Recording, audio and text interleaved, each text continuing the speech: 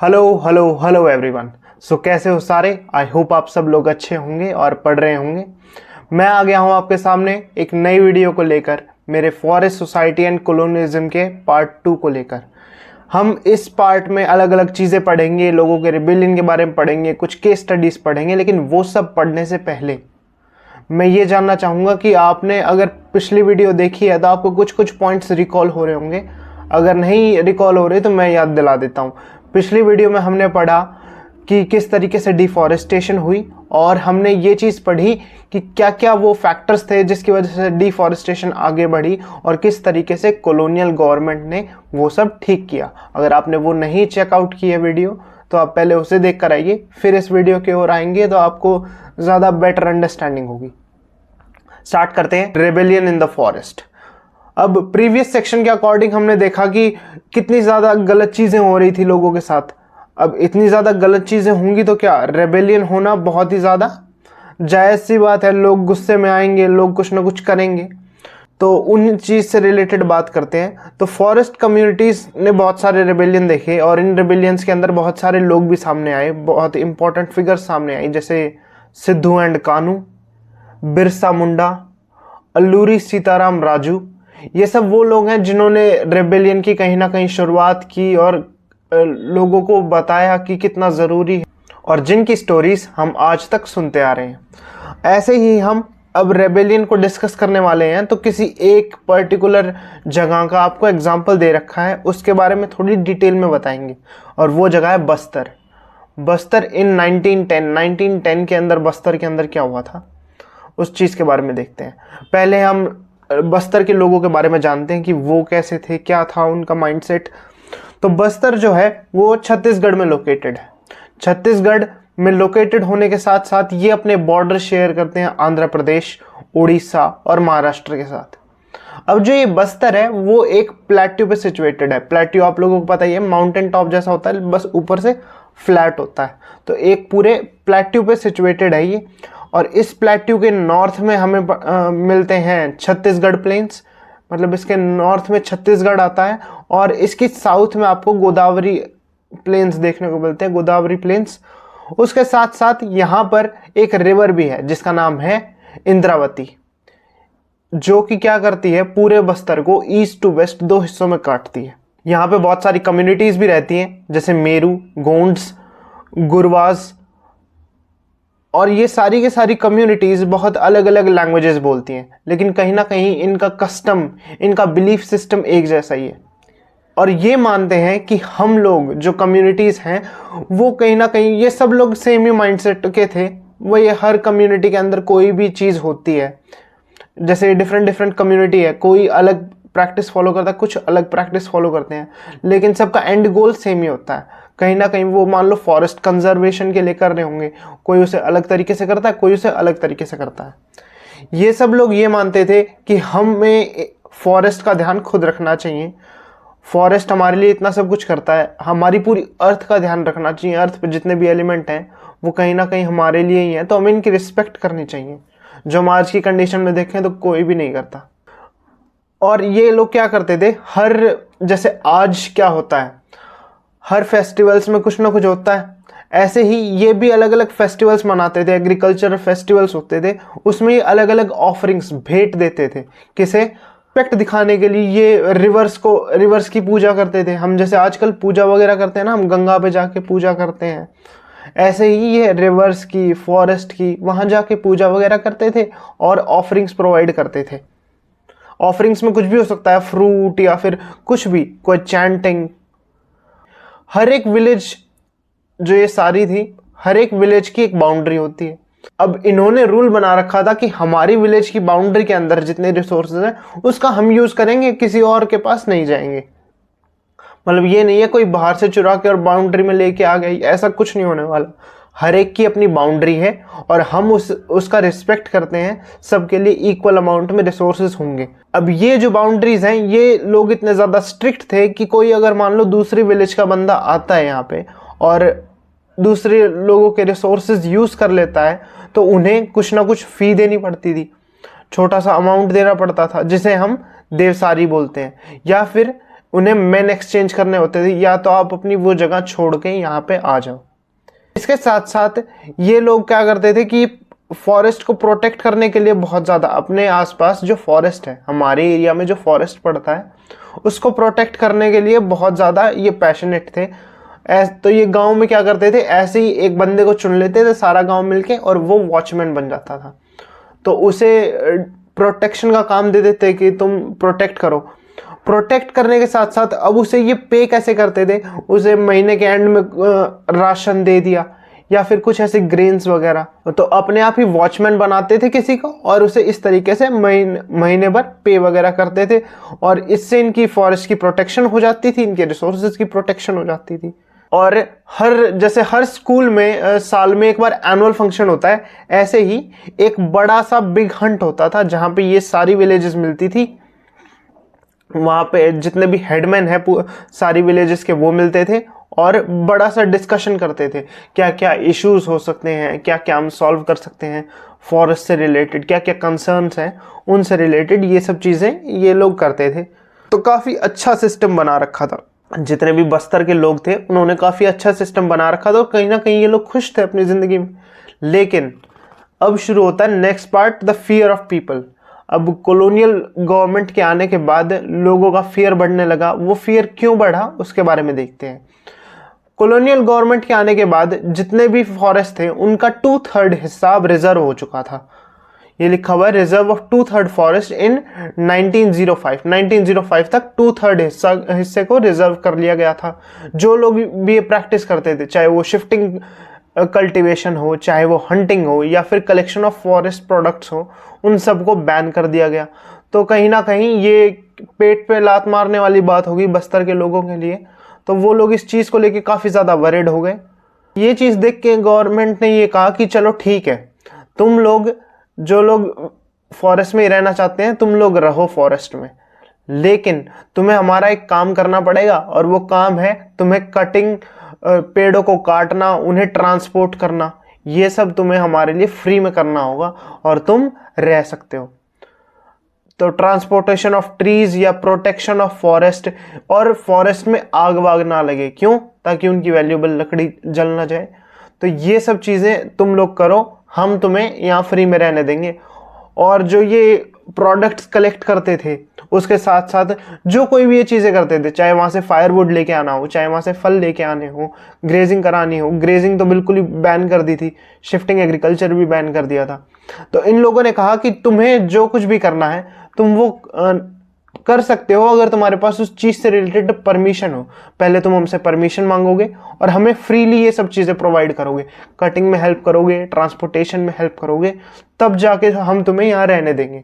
और ऐसी विलेजेस को जो फॉरेस्ट के अंदर ही रहती थी उन्हें बोला गया फॉरेस्ट विलेजेस। कई लोग ऐसे थे, इन सभी चीज़ों से सब लोग एग्री करें ये ज़रूरी तो नहीं है, तो कई लोग एग्री नहीं करें। जो लोग एग्री नहीं करें उनको क्या रातों रात निकाल दिया गया। कोई उन्हें होता है ना एक प्रायर नोटिस देना, या फिर उन्हें एक अल्टीमेटम देना कि भाई खाली कर दो ये वो, ऐसा कुछ भी नहीं था। उन्होंने बिना किसी नोटिस के उन्हें रातों रात उनके घर से निकाल दिया गया। और निकालने के साथ साथ जो लोग नहीं निकले, या तो उनका रेंट बढ़ा दिया गया, लैंड का रेंट होता है वो बढ़ा दिया गया। तो ब्रिटिशर्स ने सोचा कि नहीं दे पाएंगे पैसे, फिर अपने आप भाग जाएंगे, ये चीज़ की गई। लोगों ने नहीं माना, उन्हें भला बुरा सुनाया गया, और उन्हें कॉन्स्टेंटली डिमांड की कि देखो ये सब ठीक करना है तो तुम है ना हमें फ्री लेबर दे दो और हमें गुड्स दे दो तुम्हारे। लोगों ने नहीं माना, और आगे जाके एक बड़ी कंडीशन आ गई, फेमाइन पड़ गया 1899 से लेकर 1900 तक, और फिर से 1907 से लेकर 1908 तक, इन दो टाइम स्टैम्प्स में फेमाइन आ गया। फेमाइन का मतलब होता है भुखमरी, खाने की बहुत ज़्यादा एक्सेसिव कमी हो गई, जिसके कारण लोगों को काफ़ी डिफ़िकल्टी हुई। आगे जाके फिर लोगों ने जब ये चीज़ें देखी तो लोगों ने डिस्कस किया इस चीज़ से रिलेटेड कि ये ब्रिटिशर्स कर क्या रहे हैं। बाजार्स होते थे, वहाँ डिस्कशंस होते थे, विलेज काउंसिल के अंदर डिस्कशंस होते थे, उसके साथ साथ फेस्टिवल्स के अंदर डिस्कशन करने लगे। तो डिस्कशन करने के साथ साथ एक ट्राइब थी इस गांव में, बस्तर में एक ट्राइब थी जिसका नाम था गुरवास। तो गुरवास का जो लीडर था उसका नाम था गुंडाधर। ये गुंडाधर जो था ये वहीं की एक नियरेस्ट विलेज है, नाथर विलेज, वहाँ से बिलोंग करता था। इसने क्या कहा, इसने 1910 में लोगों को एनलाइट किया कि देखो भाई, हमें कुछ ना कुछ तो करना होगा और हमें है ना अब रिबेल तो करना है, लेकिन हम है ना अब बातों वाला रिबेल नहीं करेंगे, बहुत हो चुका, हमने बहुत मान ली, ये लोग हमें बहुत कमज़ोर समझ रहे हैं, हम अब करेंगे शस्त्र उठा लो, शस्त्र का मतलब वेपन वगैरह उठाकर, और तब चालू करते हैं हम, क्योंकि ये लोग है ना मानने वाले तो है नहीं, हम अगर इन्हें आराम से समझाएंगे तो इन लोगों को ये लगेगा कि हम कमज़ोर हैं, इसकी वजह से हम अब वेपन उठा लेते हैं और तब देखना है कैसे सब कुछ ठीक हो जाएगा।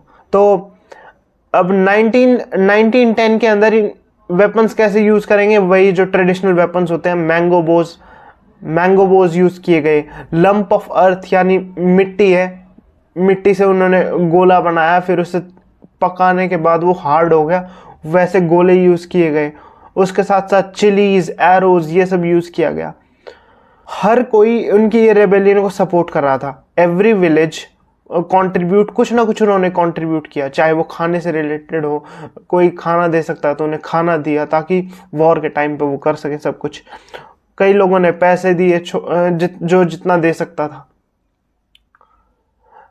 और रेबेलियन का एक्सपेंस उठाया, और एक्सपेंस उठाने के साथ साथ अब इन्होंने रेबेल करना चालू किया तो इन्होंने आसपास की बड़ी बड़ी मार्केट्स हैं उन्हें लूटना चालू किया, जहाँ पे ब्रिटिशर्स वगैरह थे, जितने भी ऑफिशियल्स थे, ट्रेडर्स थे, उनके घरों को लूटा, उनके साथ साथ जितने भी स्कूल्स थे, पुलिस स्टेशंस थे, वहाँ पे आग लगा दी, या फिर उनको भी जितनी भी वैल्यूएबल चीज़ थी वो उन्होंने छीन ली। जितने भी ग्रेन स्टोरेज थे, रीडिस्ट्रीब्यूशन सेंटर थे, जहाँ पे ग्रेन्स को डिस्ट्रीब्यूट किया जाता है या जहाँ पे ग्रेन्स को रखा जाता था, उन्हें छीन लिया। और इसकी वजह से क्या हुआ, एक बहुत बड़ा रिबेल छिड़ने शुरू हो गया। तो सब लोगों को पता चला कि यार ये सब चीज़ें गलत चल रही हैं। अब बहुत सारे और लोग थे जिन्होंने इस रेबेल को देखा, और उनमें से कई लोग मिशनरीज थे, जो इंग्लिश मिशनरीज थे। उनमें से एक है विलियम वर्ड, जिन्होंने इस रेबेल के बारे में डिस्कस किया, बताया लोगों को कुछ चंद लाइनों के अंदर, जो यहाँ पे लिखी हुई है कि हर डायरेक्शन से लोग आने लग रहे थे, चाहे वो मिशनरीज हों, चाहे वो छोटे काम करने वाले हों, हर कोई, स्कूल मास्टर्स हों, हर कोई आ रहा था। और उन्होंने कहीं ना कहीं ये चीज़ एक लाइन के अंदर सम अप करके लोगों को बताई, अपनी बुक्स के अंदर, अपनी चीज़ों के अंदर।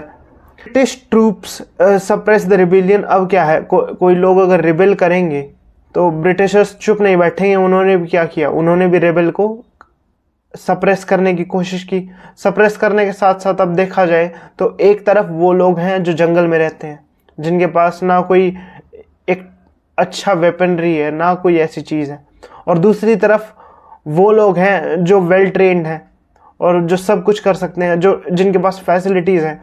तो कोई भी मैच नहीं हो रहा था, क्योंकि पावर बिल्कुल ऊपर नीचे थी। तो उन्होंने क्या कहा कि चलो हम नेगोशिएट कर लेते हैं, क्योंकि उन्होंने देख लिया था कि वो ब्रिटिशर्स से तो जीत नहीं पाएंगे।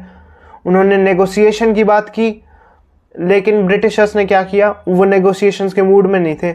उन लोगों ने, जितने भी ट्राइबल लोग थे, इनके कैंप्स में आग लगा दी रातों रात, लोगों को मारा। रिबेल को कहीं ना कहीं बहुत हद तक उन्होंने कंट्रोल कर लिया, और 3 महीने के अंदर अंदर जिस जगह रिबेल हुआ था और उस जगह को वापस कंट्रोल में ले लिया, रिगेन कर लिया उसका कंट्रोल।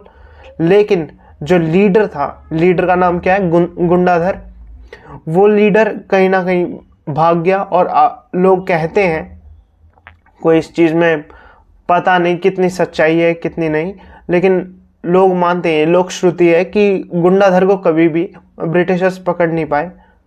लेकिन कहीं ना कहीं इस रिबेल की वजह से क्या हुआ, जितने भी रिजर्वेशंस होने थे, जितने भी एरिया को रिजर्व करना था, जो भी चीज़ें थी, वो कहीं ना कहीं टेम्परेली सस्पेंड कर दी गई। टेम्परेली उन्हें रोक दिया गया कि यार अभी रुक जाओ, लोग अभी काफ़ी ज़्यादा गर्म है। और जो भी रिजर्व्ड एरिया था वो कहीं ना कहीं रफली हाफ कर दिया गया। आफ्टर इंडिपेंडेंस, मतलब इंडिपेंडेंस के बाद भी लोगों को बाहर रखा जाता था फॉरेस्ट से, और रिजर्व फॉरेस्ट को सिर्फ और सिर्फ इंडस्ट्रियल यूज़ के लिए देखा जाता था कि हम सिर्फ और सिर्फ इंडस्ट्रियल यूज़ के लिए रखेंगे इन फॉरेस्ट को।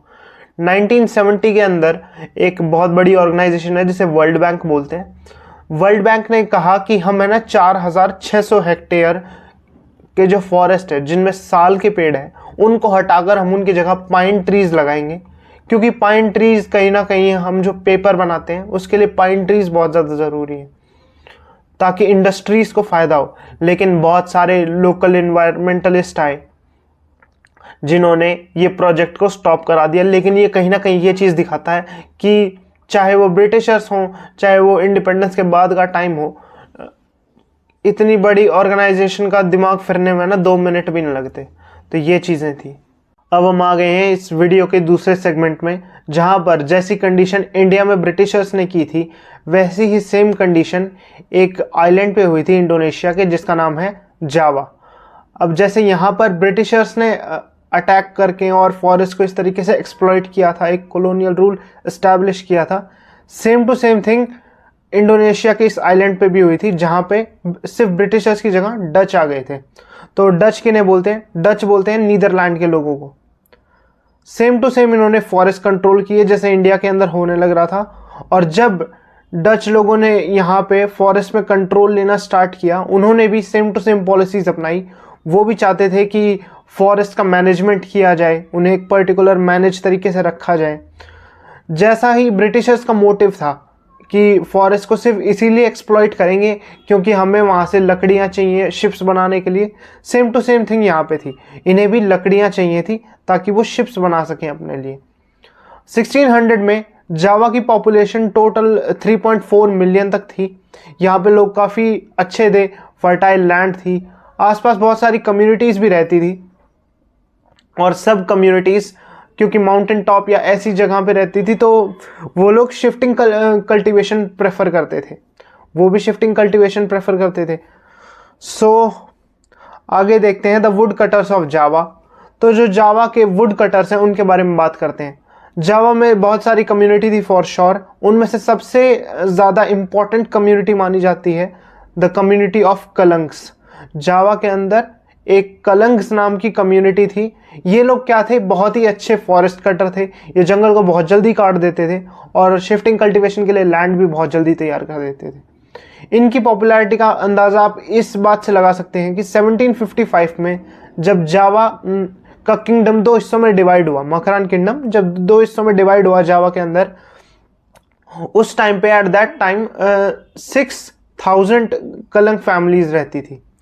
तो जब 2 हिस्सों में डिवाइड हुआ तो 6000 को भी इक्वल पार्ट्स में दोनों हिस्सों में डिस्ट्रीब्यूट कर दिया गया।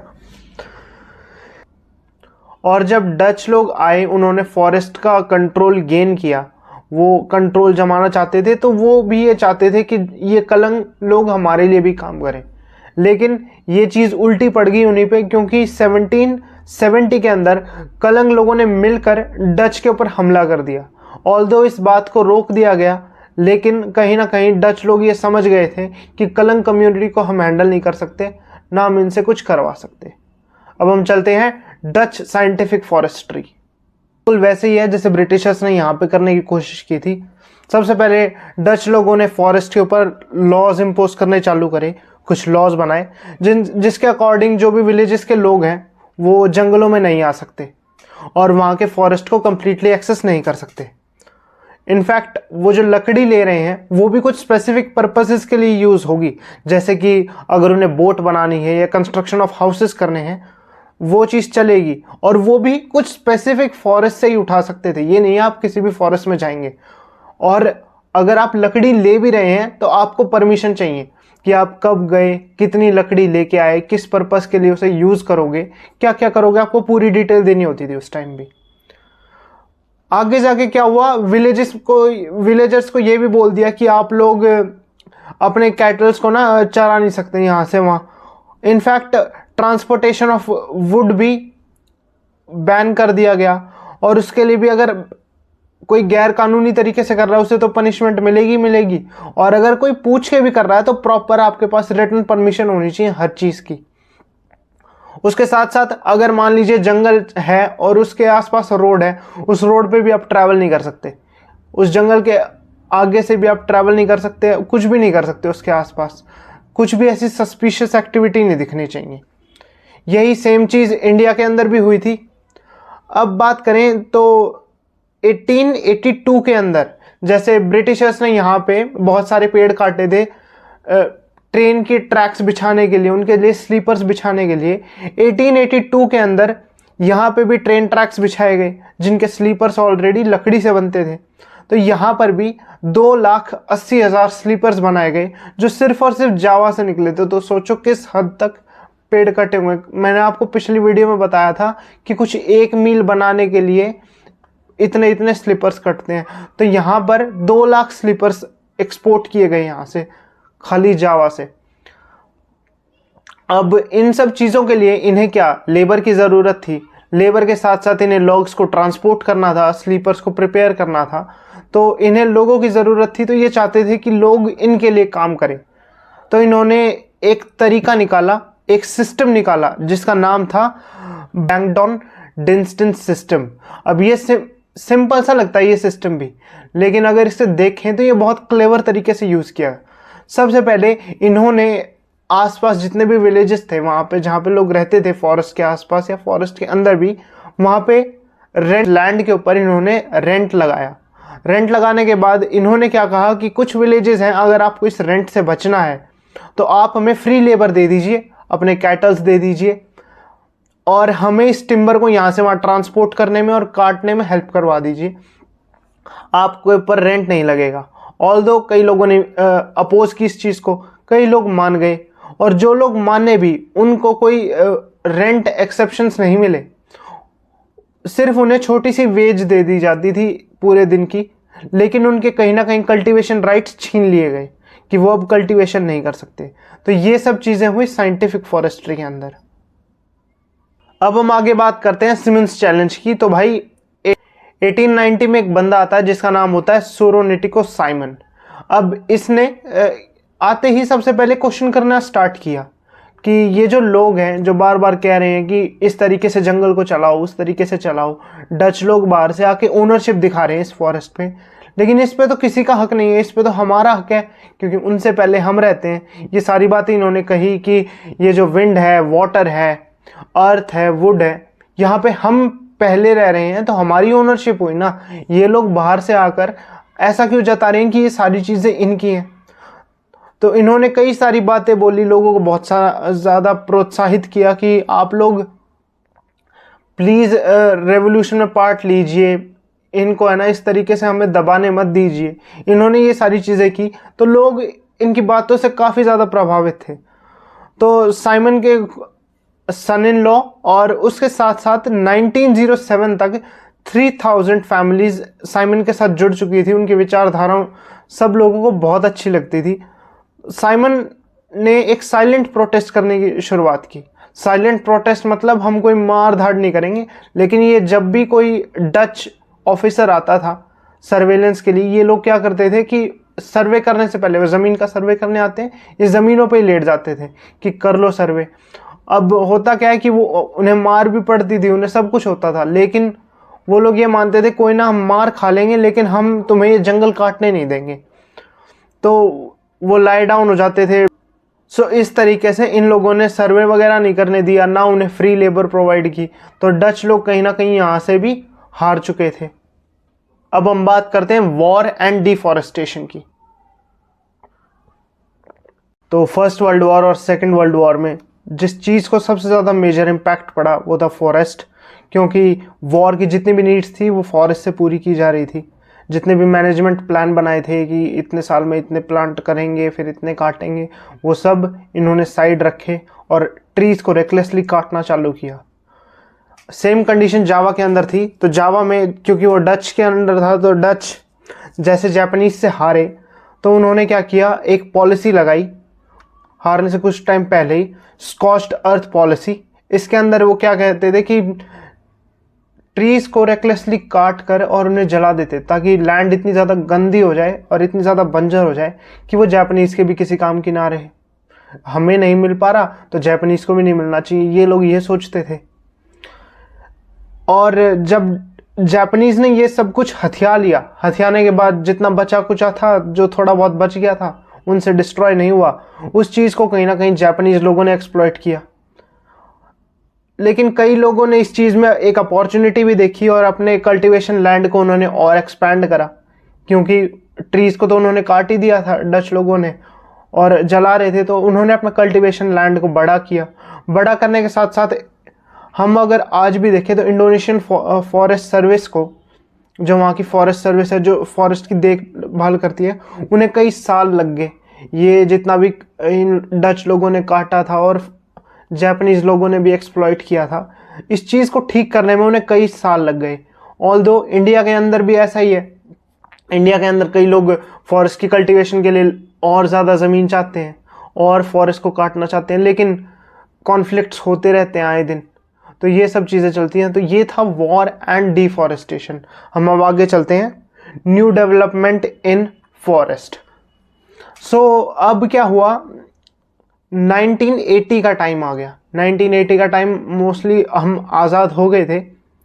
एशिया और अफ्रीका की बहुत सारी ऐसी कंट्रीज़ हैं जहाँ पे लोगों ने ये देखा, गवर्नमेंट ने ये सोचा कि इन लोगों को ना, जो कम्युनिटीज़ के हैं, इनको हम दूर रखते हैं, हम अपने आप ही सब कुछ ठीक करेंगे। लेकिन कहीं ना कहीं ये चीज़ कॉन्फ्लिक्ट को जन्म दे रही थी। कॉन्फ्लिक्ट आने लगे लोगों के बीच में, बहुत बहसबाजी छिड़ने लगी कि ये कौन सी बात है, तुम हमें अलग कर दोगे, ये वो। अभी ये थे फॉरेस्ट में रहने वाले लोग थे, इन्हें ये लगा कि गवर्नमेंट भी लालची है, वो भी सिर्फ और सिर्फ पेड़ को कलेक्ट करना चाहती है ताकि वो इंडस्ट्रीज़ में भेज सके। लेकिन गवर्नमेंट को आज नहीं तो कल ये रियलाइज़ हो गया कि फॉरेस्ट की डेवलपमेंट के लिए ये लोग कितने ज़्यादा ज़रूरी हैं।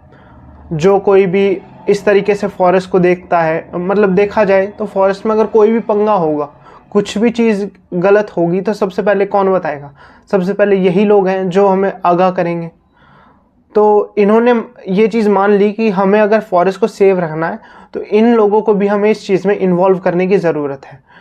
इंडिया के अंदर भी जैसे केरला हो गया, मिज़ोरम हो गया, जहाँ पे डेंस फॉरेस्ट हैं, बहुत ज़्यादा घने जंगल हैं, वहाँ पर भी विलेजेस को कहा कि तुम अपने आप रहो, तुम चाहो तो ये सेव कर लो। अब वो तो करेंगे ही, क्योंकि वो क्या मानते थे फॉरेस्ट को, वो फॉरेस्ट को मानते थे एक सेक्रेट यानी बहुत ही धार्मिक चीज़ मानते थे।